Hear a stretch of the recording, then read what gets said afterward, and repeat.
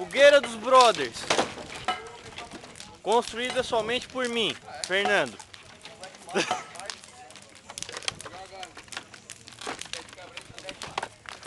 Tinha um escravo brother Leandro, escravo brother Ramon e Marcos. Fogueira de 2 metros.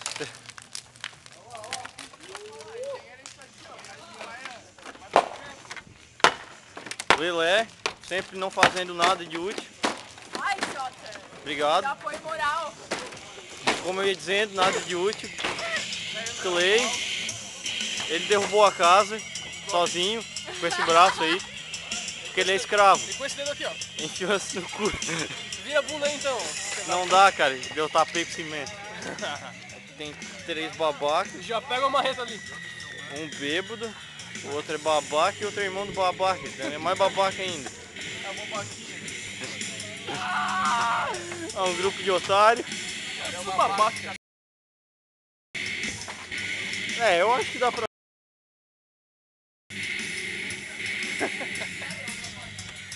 Vou lá continuar filmando a fogueira, que é a fogueira que importa.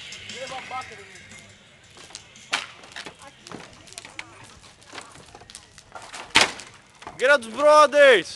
Faz um punho dos Brothers, fogueira. Ô Mitinga, vamos derrubar esse poste aí, ó. Eu esqueci de filmar isso, cara. Filmar e mandar postão. Foi de propósito. É um inútil, Mitinga. É complicado, então é muito grande. Muita informação. Mas isso aqui uma vez era a varanda da casa do Mitinga. Assim, ó, derrubar é fácil, não é mais perigoso. Ô, aqui tem madeira pra caralho pra queimar.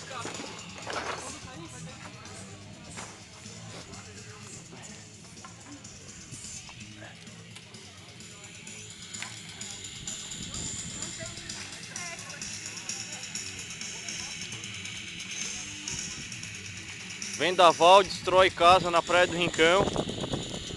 Depois inicia uma fogueira atrás da casa.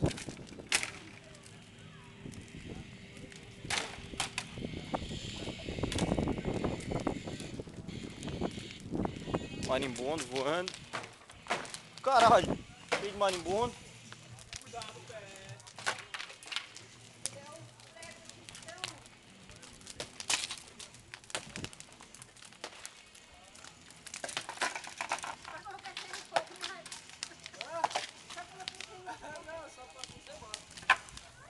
Onde o Marcos está era um banheiro, onde o Leandro está era uma cozinha na frente.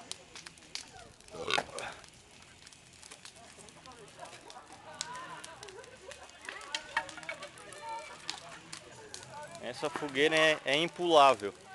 Ô Marcos, essa fogueira é impulável.